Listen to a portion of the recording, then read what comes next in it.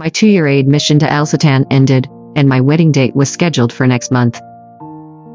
After performing quarantine, I returned home without informing anyone to give my fiancé a surprise. Hundreds of wedding planning books were piled on the table. To my surprise, he was the groom. But I was not the bride. I ran to find him. But upon entering the hospital, I witnessed my boyfriend, the vice president of the hospital, proposing to someone else. "Neil Francis, will you marry me? There will be a grand wedding for us next month." Doctors, nurses, and patients throughout the hospital applauded and screamed. Seeing his affectionate and expectant gaze, I, who was exhausted and standing in the corner, dared not take another step forward. Since I was not the one he chose, I wouldn't appear in the wedding ceremony, but after I ran away from the marriage, he looked for me like crazy.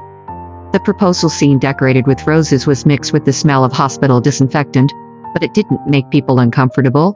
Barry knelt on one knee, just like he had proposed to me 2 years ago. However, the person standing opposite him was no longer me. "Neil, marry me, okay?" Neil covered her lips with excitement, and her other hand was stretched out tremblingly. The next moment, a sparkling diamond ring was put on her hand. The two hugged each other tightly and kissed passionately. Even though the people around them were cheering, their kissing sounds were clearly heard by me. I couldn't help but stroke the engagement ring that Barry gave me before I left. He once said that if I wore the ring he carved, I would be his wife forever. As a result, the ring was so small. Later, he made a red rope in person and sent it to me across the ocean so that I could wear the ring as a necklace.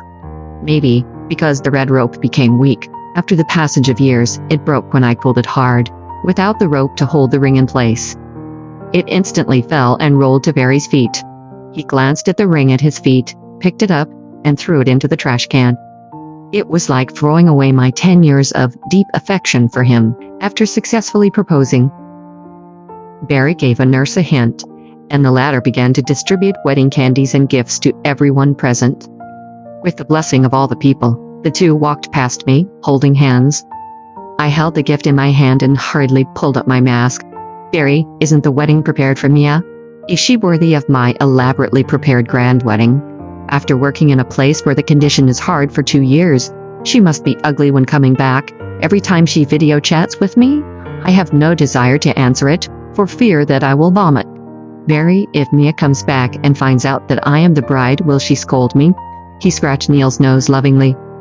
"Since you are my wife, I don't think anyone would dare to scold you. Why not let Mia be your bridesmaid? She loves me so much, so she will definitely agree."